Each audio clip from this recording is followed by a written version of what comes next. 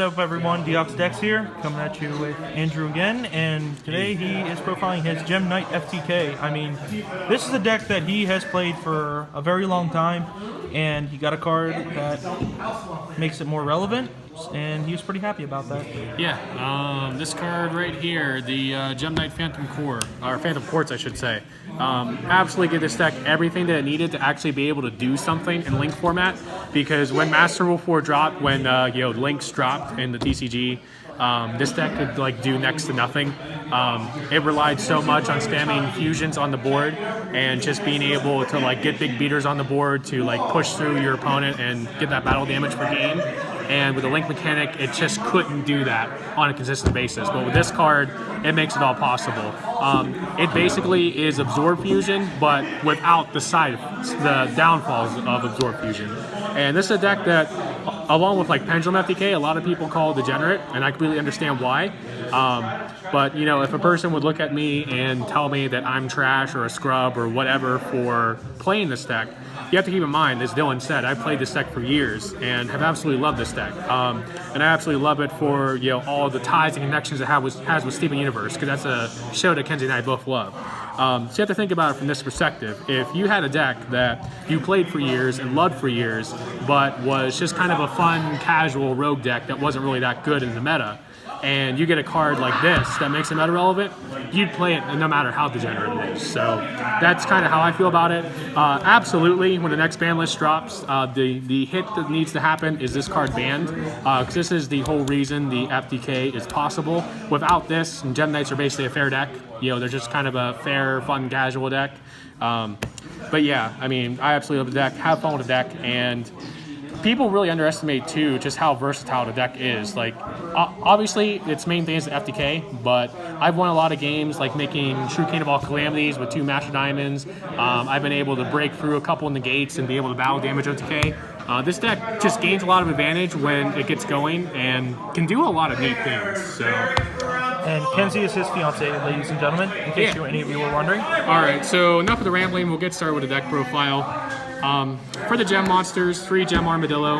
It's one of your main normal summons of the deck. Searches out your entire monster lineup, all the Gem Monsters, so it's really good. The fact that you can actually use it to link into Phantom Quartz makes it a lot better than it was before. Because before Phantom Quartz came out, the fact that it wasn't a Gem Knight monster made it almost unbearable. Lists before were only playing 2 or 1, but now that you can use this for Phantom Quartz, it's an easy free up for sure. For the vanillas, it's 3 Lapis. You need it for Lapis Lazuli, and the 3 Tourmaline. I play Tourmaline over Garnet because Tourmaline's fusions are better than Garnet's fusions. That's the whole reason why. Oh, I saw some people playing Sapphire.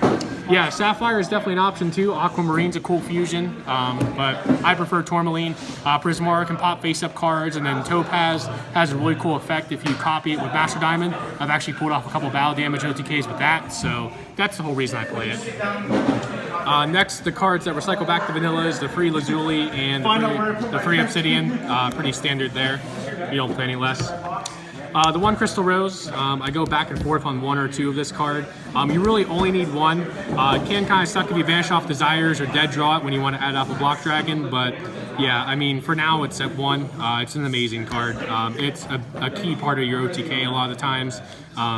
Yeah, it's just really good.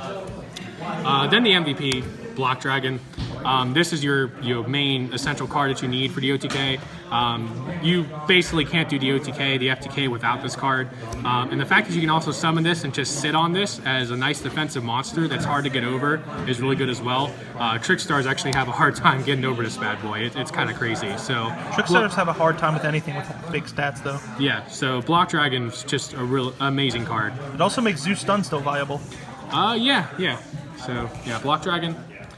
For your Rescue Rabbit, to summon out your vanillas, it's a 1 card Phantom Quartz, and that's your starter card to get all your combos going. So you need as many ways as possible to consistently get out the link.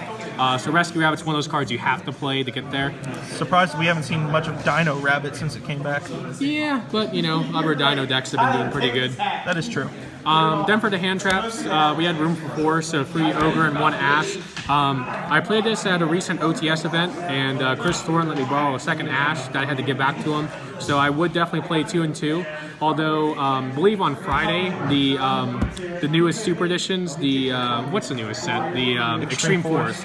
Yeah, Extreme Force Super Editions come out, and when that does, these 4 will be replacing the main deck either with the free Gamma and 1 driver, or with the free Call from the Graves, because those cards are just like really good on their own, either for stunning hand traps or for Gamma just being a monster negate that can summon an Omega. But they're also really good at protecting your combo as well.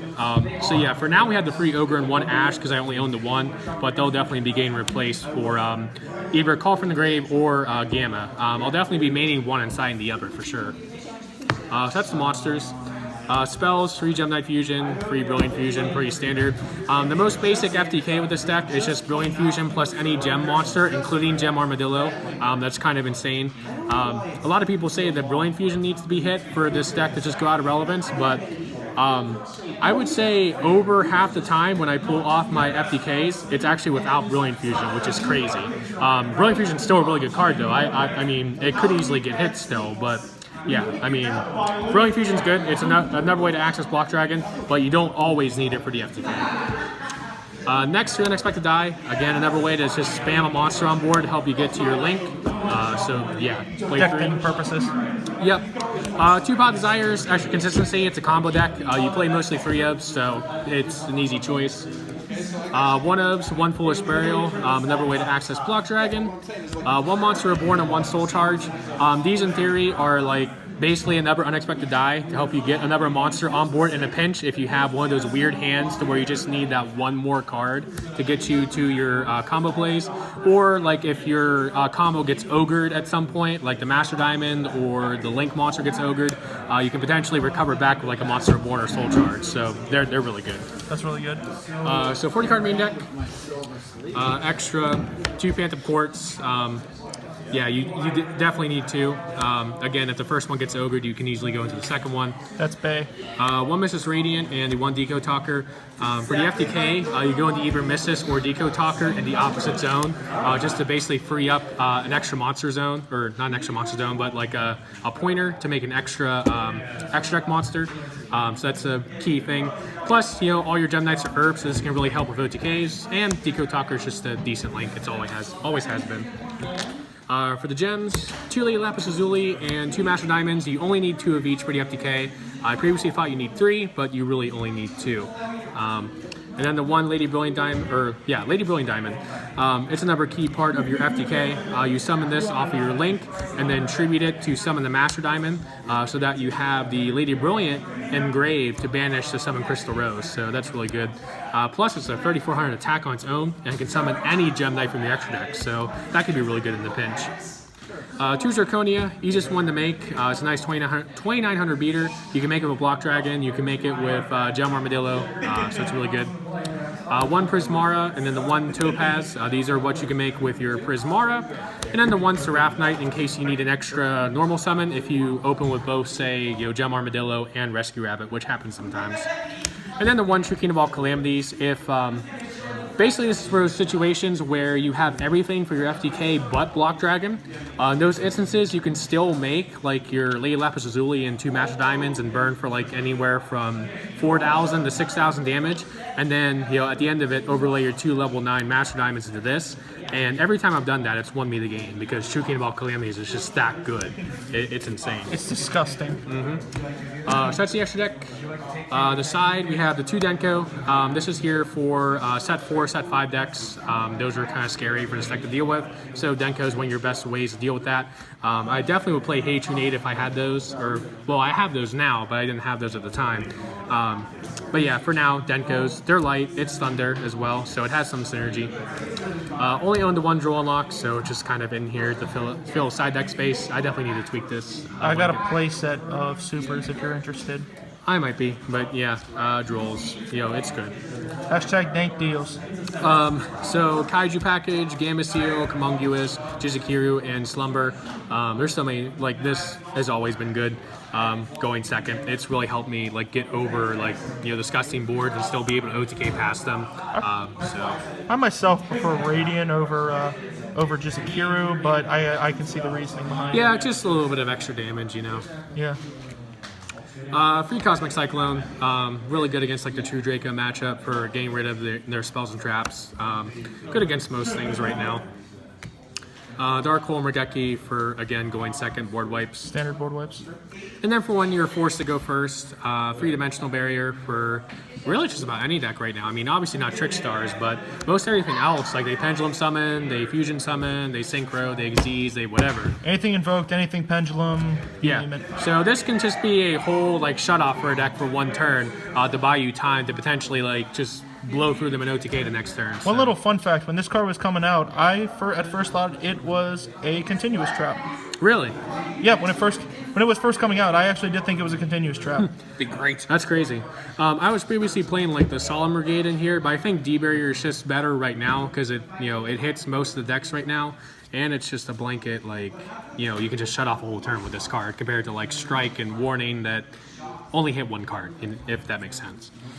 As Cat Williams would say, it works on everything. Everything? Everything. But yeah, that's it for my deck profile. Thank you to Dylan for letting me record on this channel. Remember, guys, to like, comment, and subscribe, as I say on my channel. So yeah, guys, catch you next time. Thank you.